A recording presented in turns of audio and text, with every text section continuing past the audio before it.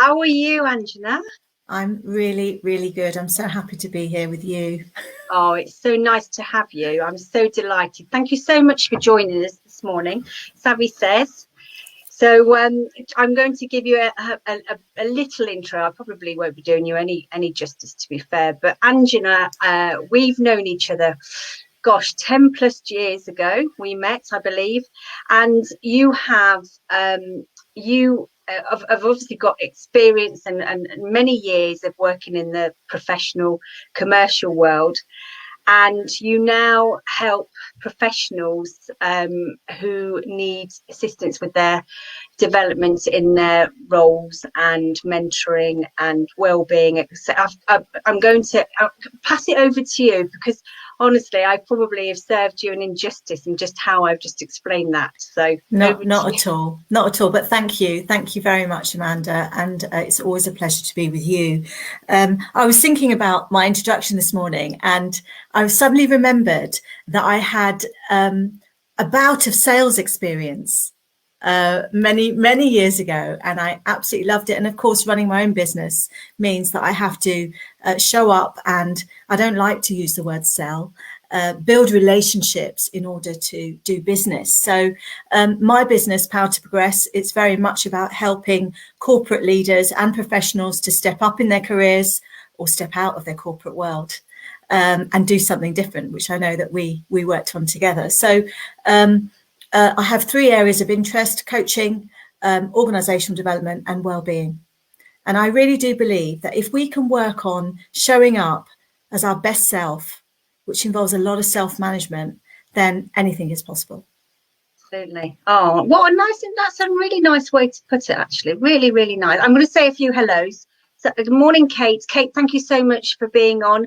I asked Kate to be on earlier just in case me being the technophobe got it all wrong, so she could jump on. So thank you, Kate, for being on this You morning. and I both. Katja, lovely to have you this morning. Matthew, always, you're a great follower of ours, so thank you. Nice to see, to have you on.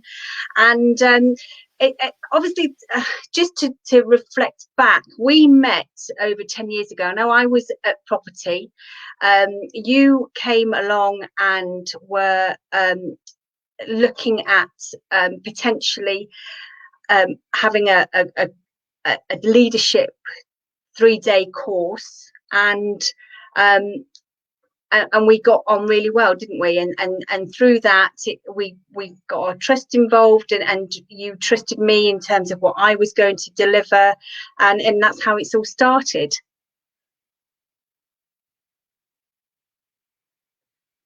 Hello.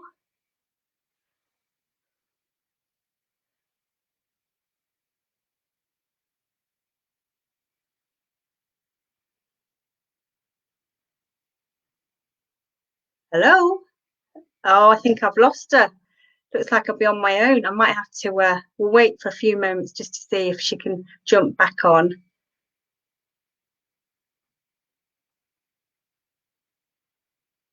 No, she's frozen. Oh, hello. Decided just to restart just as we started. Sorry. No, you're fine. Technology, it's fine. You're absolutely fine. I don't know what you heard. What I was chatting away about.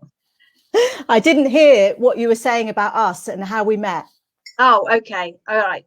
So I was just saying that about 10 years ago, we met when you came on a site visit with a view of actually using the property I was selling for a 3-day leadership program, and that brings us nicely into the topic that we're talking about today, because I think you put your trust in me in terms of the service and the venue, and what we had said we were going to promise, that it was going to be a really nice development program in terms of the actual delivery, and obviously I then put my trust in you, because I then went on one of your courses, and it completely changed my ethos, my whole personal and professional thoughts, and made me who I am today.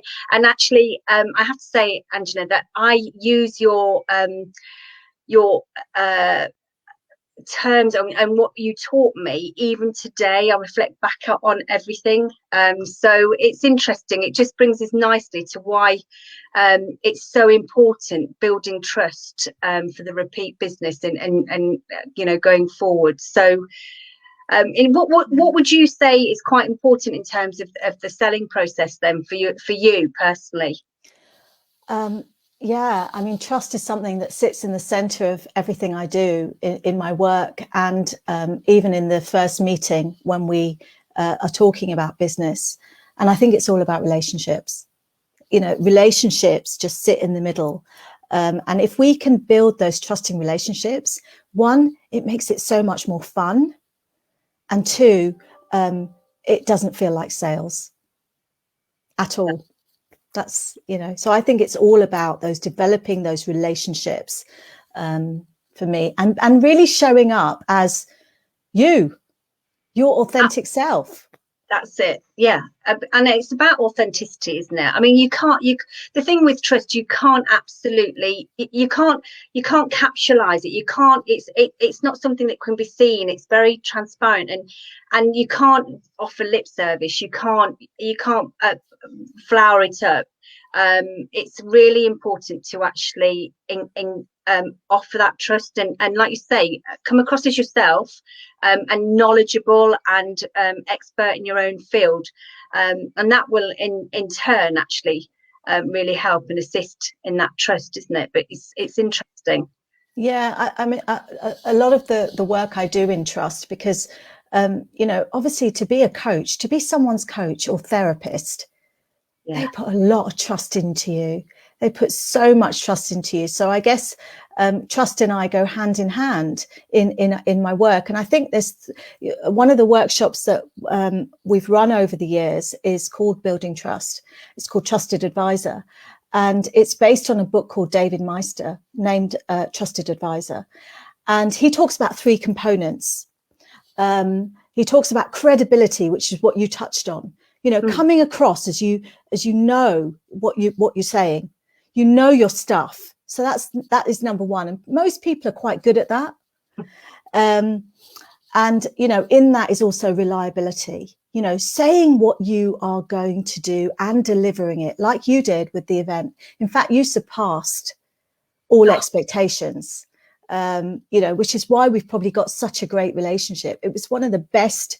In fact, it was the first time I was running that workshop, and it was one of the best venues. And you know, everything was superb. So you delivered to the standard that you sold to me. You gave me advice. That's the second element. Giving advice. You know, sometimes our clients need some guidance. You know, but sometimes they actually know what they need, and it's our job to pull it out of them. They know, they're very reticent to let you know, and sometimes you need to have that engagement. Yeah, and that's so true. And that's about asking great questions, allowing your clients to have their own insights, so that actually when it comes to selling, when it comes to doing the deal, it's like it's already done. That's it. Yeah, it's like it's already done. But the third element, which is the one I think many people struggle with, is intimacy. It's developing that intimate relationship, which sometimes means you deliver hard results. Sometimes it means you say what you see and you take a risk. And that's the element, I think, that many of us struggle with, because it takes some courage. It takes some courage to say, you know, I'm not sure that that's a good idea. I think maybe if you use, like, if it was me and you, maybe if you use the other room, you won't get the noise. I really like this. I really want this, but maybe this wouldn't be the best thing for you. Yeah. And you're right, honesty, integrity, and having that confidence to actually, you know, whilst your client is right, and when they all, you know, majority of the time they will be right, and you want to please them, that's another thing. But to be able to have that confidence to actually, as you say, actually this is, you know, you want to do a session of yoga after you've done or meditation after you've done a really heavy workshop, This room isn't going to be suitable for you, because I know, because at 11 o'clock the trolley from the kitchen will be delivering whatever it is, and the noise, you won't have that, you won't have that peace that you are looking for when you have a meditation session. So, but it's about saying that, and it's about, and it's then, your client, or whoever, will be like, well, actually, she's I instill that trust because she knows what I'm trying to deliver now. Yeah. And that's quite key. Yeah. And I think it is. And I think it's also about turning down business. Yeah. Actually saying, I don't think that we're the right match. I'm not sure that I can help you, but I know someone that can. It's having that's quite a tough one, isn't it? Especially, we're particularly in the commercial world. When we go back, everyone's going to be very much about sales driven, having to get people through the door. The revenue is going to be so much more important. But you're right. If you're suggesting having something that actually is for the sake of the business rather than for the sake of the overall client and the experience, and it's not going to work, and they'll never come back either. No. And that in itself is not going to work. I recall having to turn away business because it didn't work. It wouldn't fit with what they wanted to do. And I gave a client an alternative. I said, you may want to try, XYZ down the road. I can't remember now who it was. And the interesting thing was that they came back to me and said, you said we couldn't have this. It wasn't fitting what you wanted to do. It didn't work. And you provided a solution for us. And the solution was absolutely great. We've now got another piece of business, and we want it to go to you and your venue. And that, that's that trust element built up again. They'll come back to you. Yeah. I mean, just take our situation, Anjana. We've known each other over 10 years. I've approached you with different hats on, with different properties, and you've approached me saying, oh, can you suggest where I can go to deliver XYZ? And that's 10 years on. And I'm sure I think you mentioned, actually, when we were chatting, you had a lady that come to see you in your house. Yeah. And this is the wonderful thing about repeat business.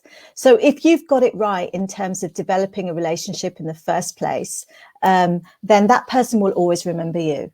And what happened was, we were selling our home a few years ago, and the people that came to see it, one of them was a HR director, and she was moving roles to Wellingborough, where I used to live, and we just, we really hit it off. I mean, and actually they ended up not buying our house despite them giving us a deposit, which was going to be a non-refundable deposit, but we gave it back because it wasn't right just to take it.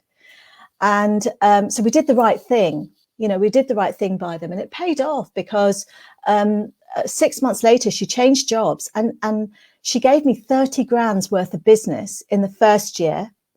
And this year she's also given me, it's been 2 years, so I've probably made about £50,000 just from that one relationship.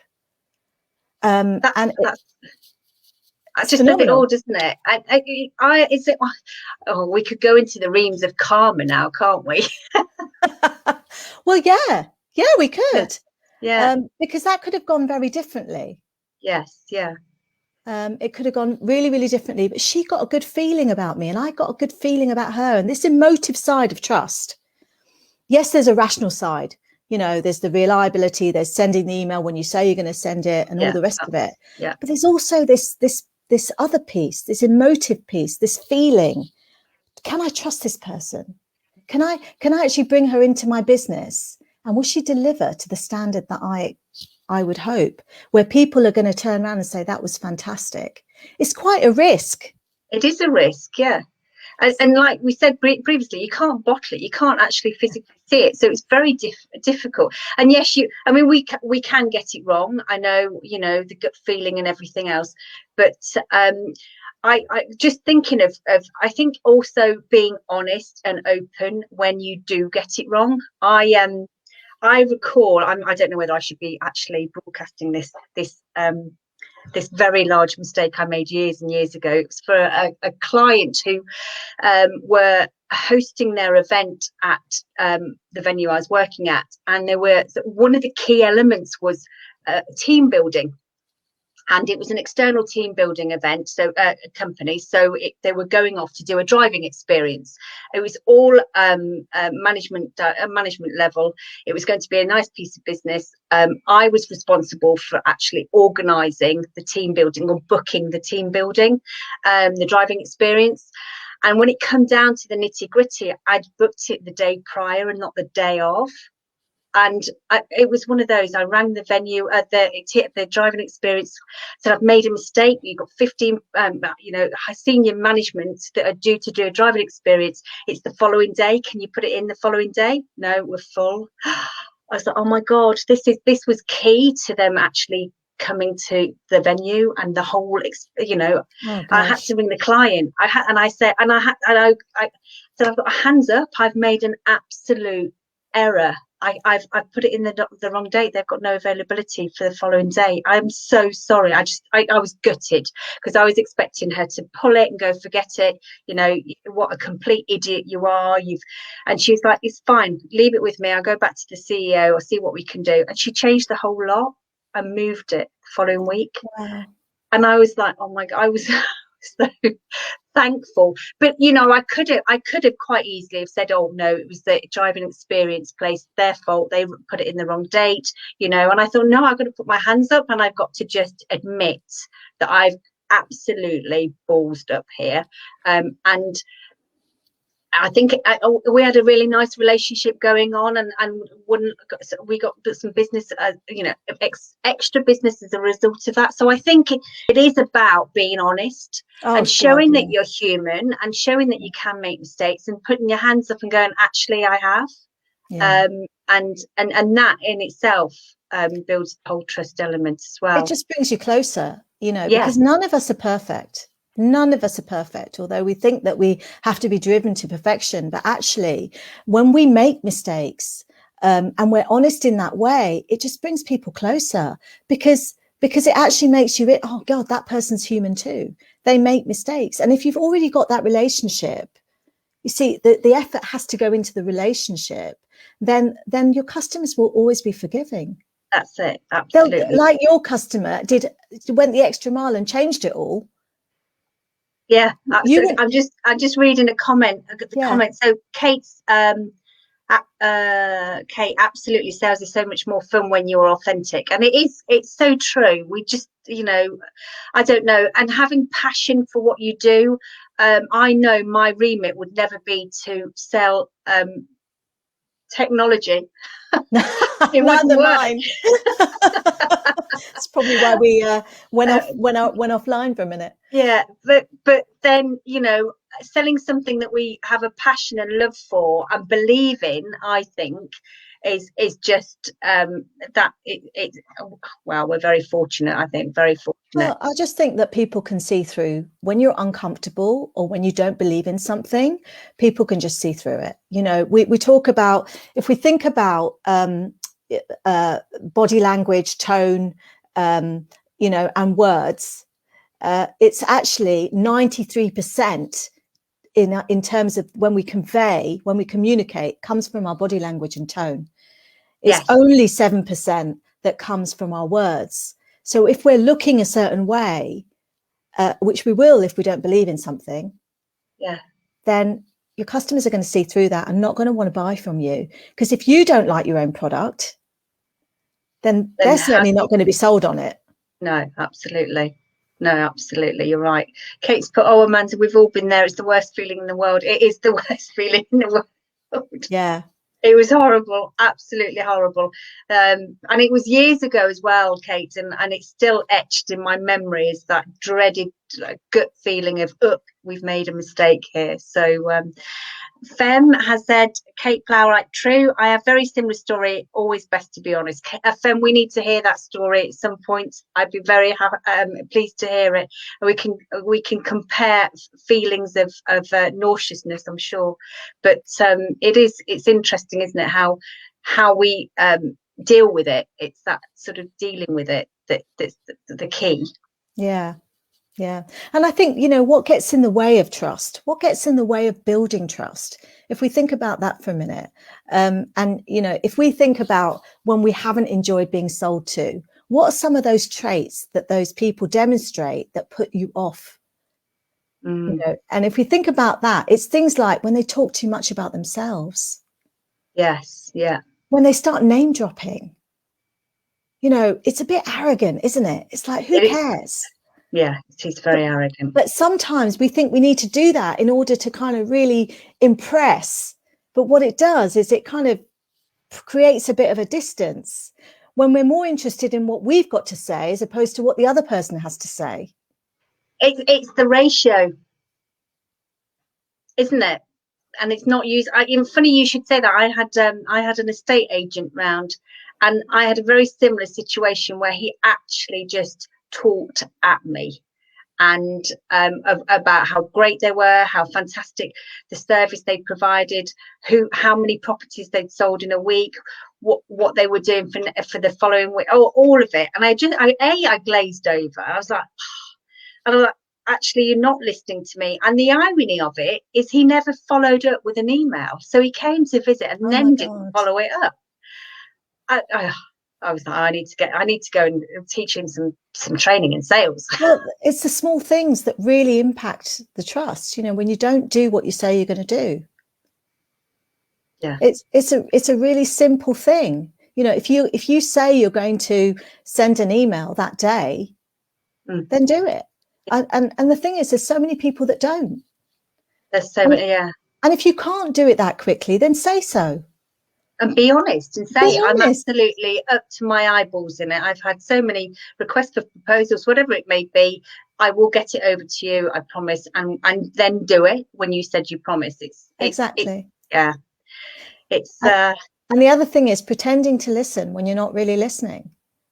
You're so much in your own thoughts because you're worried about what to say next, which makes no sense if we think about that equation of 93% comes from our tone and body language. And actually, if we're not listening to our client, then we've missed the information in order to build that trust. Because if we're listening, then we know what's important to them. That's it. Yeah. I don't know whether you've been in a situation where you've been chatting away to someone and they've literally just looked over your shoulder and watched what's going on behind you. I think it's absolutely so rude. And I'm watching their eyes just like, really? You're not interested then. No, exactly. Exactly. And you can tell straight away. And then there's the interruption piece when you start interrupting your customer. When I do. Can I just or finish their sentences? And these are really small, tiny things, but really practical tips of what not to do. Yes, yeah. In terms of, when you're building that relationship. It's funny you say about finishing sentences. I worked with somebody many years ago who literally would finish everything that, not only mine, but everybody's. And I was fascinated how she did it. Fascinated because I was like, how does she know what's going to come out? But also I was thinking, is it a nervous thing? I don't know. Is it classed as a nervous thing? It's different for different people. Oh, I see. And sometimes it's habitual. Yes. Yeah. And of course, what we like to do is we like to be helpful. We also like to share our own stories because we think that they're similar to our clients, but sometimes they're really not. So if you were to ask me, what are the key skills? What are the key skills that we need to develop trust with our clients? I would say number one is listen, but really listen. Listen in a way where your client absolutely feels heard. Because that in itself, what do we all really want? We want to be heard, understood, and valued. Absolutely. They're the three key things we want. So why would your customer be any different? No. You're so, yeah. So listen, show up as yourself. Yeah. If you don't know something, don't pretend. No. Just be Be honest. honest. Yeah. And yeah, and just know your stuff. Do your research. Absolutely. Be knowledgeable, I think. Once you're knowledgeable, and come across as the expert, then it's going to work. And they'll ask the questions, and they'll refer to you as the knowledgeable person, so that you've built that then relationship of trust. And I So think, Kate, sorry, I interrupted. no, go on. Go on. What were you saying, Kate? I was just going to say, Kate said, yeah, you can always tell if someone's not listening. Absolutely. It frustrates me. But then how politely do you say, oh, is something else crossed your mind? Do you need 2 minutes to do whatever you're thinking about? I don't know. Well, that's where intimacy comes in, because intimacy is about being honest and open about what you're really thinking and feeling, about what's in the room. So if I'm noticing that you're distracted, I might say, I noticed that you're a little bit distracted. I might be wrong. But then how does that person then feel? Will they be embarrassed and then think, oh, why is she mentioned that I'm distracted? I don't know. It's one of those. Well, it's interesting, because they might say, actually, I am, because I'm a little bit worried about X, Y, or Z. Okay. But how do we know unless we name what's going on in the room? That client will feel more understood than before, because you've noticed something that's bothering them. You might say, is there something bothering you? I'm just noticing that, Yeah.